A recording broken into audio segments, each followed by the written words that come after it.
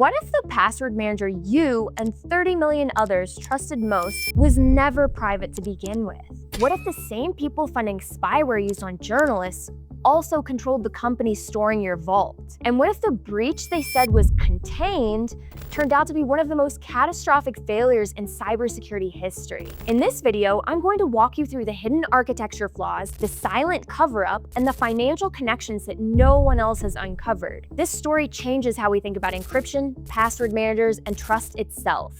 Before we dig in, I put together a short migration guide, the same one I used to rebuild vaults after breaches like this. It's linked below. What really happened in the breach that shattered trust? It started with a press release. No urgency or red flags, just a line buried in corporate blog speak. A contained incident. No customer data was accessed. That was August 2022, but behind the scenes, something much bigger was happening. An attacker had breached LastPass, and by December, they were back.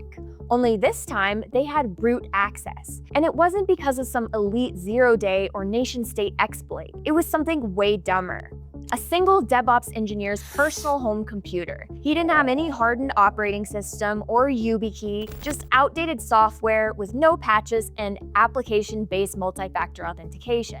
The attacker dropped a keylogger, stole the master password, hijacked session tokens, and walked in completely undetected. And that one endpoint was the entire blast radius. The engineer had direct access to everything: internal vaults, AWS keys, customer vault backups. There was no segmentation, meaning once you were in everything. No monitoring software to catch it, and no zero trust architecture. They inherited all of its privileges. And once those encrypted backups were exfiltrated, the rules changed. These vaults could now be brute forced offline, meaning they could try cracking passwords endlessly without ever being noticed or blocked for months or even years, without any logs or alerts or defenses. By late 2023, forensic analysts had traced over $35 million in stolen crypto back to cracked LastPass vaults. That is verified using blockchain forensics. And who got hit? It was DeFi founders, security pros, high-trust users doing everything right,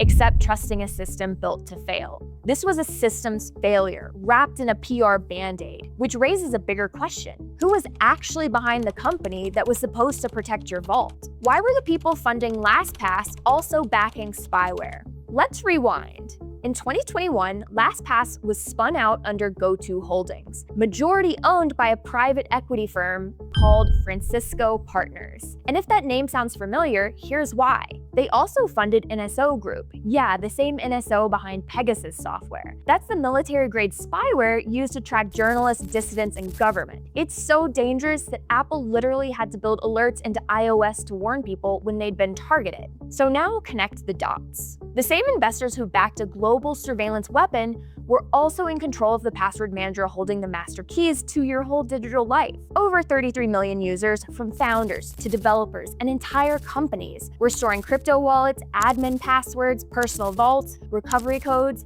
inside an app funded by a group that literally monetized surveillance. And yeah, the shift in priorities showed. Security became a checkbox, encryption audits were cut, multi-factor authentication, those extra login steps, weren't even required for all employees. Engineering took a backseat to dashboard polish and growth metrics. Inside LastPass, the mood shifted from protect everything to optimize and monetize everything. The board wasn't asking how to defend against advanced threat actors, they were asking how to extract more money. So what did they end up with? A surface-level product that looked secure, but had no locks on the back end. And that leads to the next puzzle piece. If they were promising zero knowledge, how was so much of your private data still exposed? What did zero knowledge really mean, and why was it a lie? They stamped it everywhere: homepage banners, investor decks, and customer emails. Zero knowledge. It was supposed to mean, we can't see your data, even if we wanted to. But that wasn't the reality, not even close. Behind the scenes, they were cutting corners, a lot of them. LastPass skipped encrypting parts of your vault, a decision that actually required extra engineering effort to build around full encryption. We're talking URLs, folder names, note titles were all visible, which means your metadata, or the breadcrumb trail of your online life, was left exposed. Every time you logged in, your device sent LastPass unencrypted information, including the websites you visited and details about your phone or computer. So no, they couldn't see your actual passwords, but they could see where you logged in, when you did it, and what device you used. Zero knowledge? Not even in spirit. Then there were the secure notes, except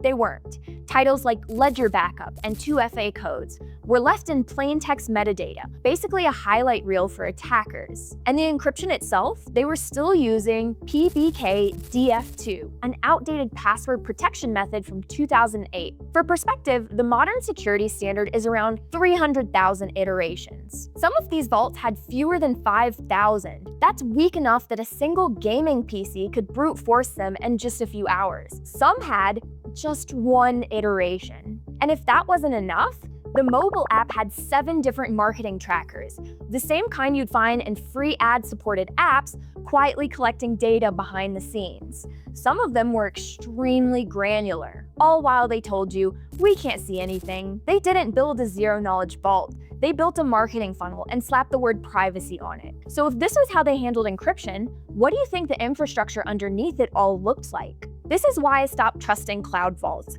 My rebuild guide walks you through what to use instead. What kind of system design leaves the vault door wide open? This wasn't some elite attacker using a 0-day to slip through a crack in the armor. This was a slow-motion car crash, and it had been building for years.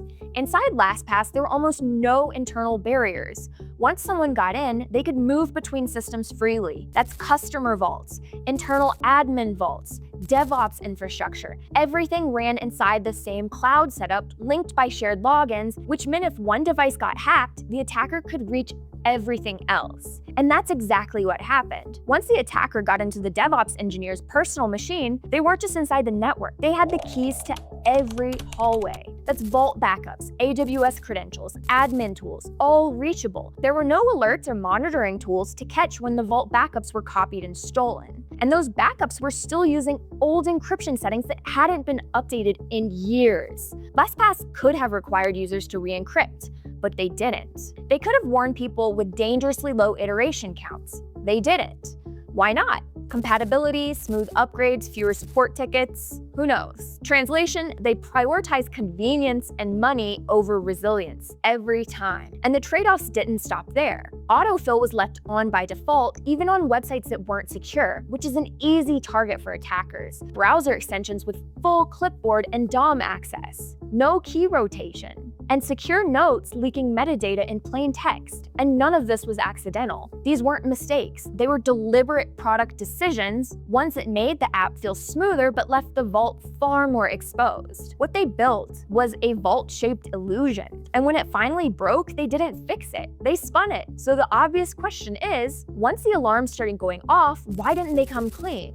When the breach hit, why did LastPass go silent? They knew it was bad. They just hoped you wouldn't find out how bad. By the time the vault backups were stolen, LastPass had 2 options. 1, warn users early, risk panic, and take the reputational hit. Or 2, downplay everything, buy time, and hope that the truth stayed buried. They chose option 2. On August 25, 2022, they called it a contained incident. They said no customer data was accessed, told users not to worry. But internally, they already knew that wasn't true. Then on November 30th, a quiet blog post with vague language saying unusual activity, but still no urgency. And finally, December 22nd, right before the holidays, they dropped the real story when no one was paying attention. Encrypted customer vaults had been stolen. That means the hackers walked away with full copies of people's password vaults, or the files that stored all their logins, secrets, and even recovery codes. But hey, don't panic. They're still encrypted.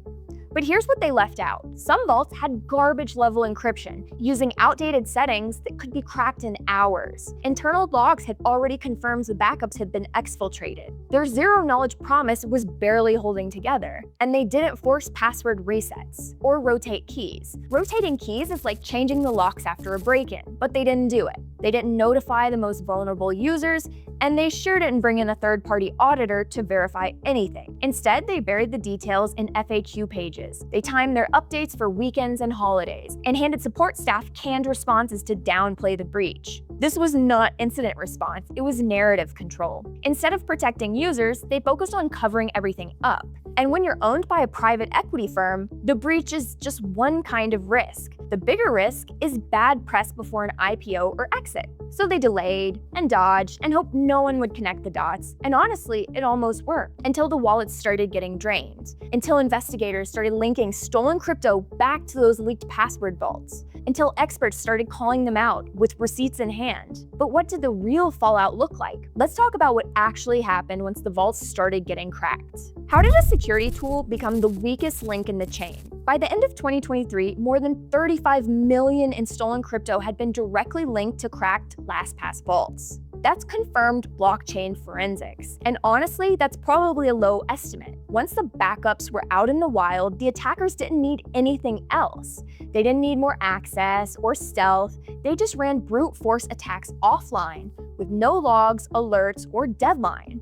And they didn't waste time on someone's Netflix logins. They went straight for the heavy stuff, like DeFi developers, DAO multi-sig holders, red teamers, and OGs with old weak vaults from back when PBK DF2 iteration counts were basically non-existent. Some vaults were cracked in hours, but others took days, maybe weeks. But either way, the result was the same. Once cracked, the hackers just opened the vaults like they owned them. It was a clean, silent theft with no trace, and here's the worst part. A lot of these people did everything right. They followed best practices, they took security seriously, but the system they trusted, that was the weakest link. The fallout was massive. Security professionals started dumping LastPass publicly. Reddit blew up, Twitter exploded. Even longtime users were asking, how the hell did this happen? And here's the uncomfortable truth. LastPass wasn't even the exception. Most password managers still use centralized cloud vaults. That means your encrypted data lives on their servers, and if those servers get breached, everyone's vaults are at risk. Many rely on outdated cryptography, and a lot of them are shipping with hidden tracking tools that quietly collect how you use the app, when, and from where. Why? Because that's what scales. That's how you grow a product. You track, optimize, and focus on user experience, and security becomes a marketing term and a cost center, not a design principle. That's what made the LastPass breach so damning. It didn't just expose one company's failure, although their failure was exceptionally higher than anyone I've ever seen in the entire industry, but it showed how shaky the entire category has become. So now we have to ask, if the tools that are supposed to protect us can't even protect themselves, what can? What does real security look like, and how do you get there from here? If you ever use LastPass, start with one assumption. Hackers already have a copy of everything you ever stored there. Not might be, or someday, right now. Those stolen backups have been sitting in attacker hands for months or years. If your vault was protected with weak settings, and many were, they've had plenty of time to brute force it offline. They're going after the logins that lead to money and access. So like crypto wallets, admin panels, cloud routes, recovery email accounts. But here's what to do immediately. Change every password you ever saved in LastPass. Start with email. It's the master key to everything else. Then update your cloud platforms, banking logins, and recovery phrases. And anything crypto related, just pull it offline. Put it in cold storage, encrypted USB, hardware wallets, whatever you've got. Just don't leave it in a vault that's already been looted. And that's triage. Now let's talk about what comes next. Because the next tool you trust can't just be secure enough. It needs to be verifiable. That means no silent analytics, no tracking, no trust us black boxes. Here's where to start rebuilding. Bitwarden, which is self-hosted. You run it yourself. It's open source, has strong encryption, Argon 2 ID, and regular audits, so you're not trusting anyone else's server. KeePass XC. It's no cloud, zero telemetry, simple, effective, and everything stays local. Everything stays on your computer and nothing syncs to the cloud. 1Password, which is cloud-based, but it uses stronger encryption settings and a unique secret key only you can access, plus regular independent audits. NordPass, which uses modern cryptography like Argon 2 and XChaCha 20 and publishes detailed white papers. Are any of these perfect? No. But they treat encryption like engineering, not PR. Zoom out a little bit. It was a warning. It showed what happens when convenience gets mistaken for security. And it made one thing very clear. Free password managers always come with a cost. Whether it's your data, your behavior, or your peace of mind, someone's paying. From here on out, the baseline needs to change. No unencrypted metadata, no free platforms banking on your data, no hidden trackers quietly recording how you use the app, public audits, local first key ownership, and when in doubt, open source over closed. If the code is public, experts can check it for backdoors or weak points. If it's closed, you're stuck trusting the marketing. We can't keep assuming these platforms have our backs. Trust has to be earned and proven. Because here's the truth no one wants to say out loud. Until encryption is provable, every so-called secure vault is just a shiny honeypot sitting there waiting to be breached. So the next time a password manager tells you, "We can't see your data," don't just believe it. You need better defaults and sharper questions. And if no one's building the vault you deserve, you already know what to do. The guide's below. Be sure to subscribe to the channel for more deep dives just like this.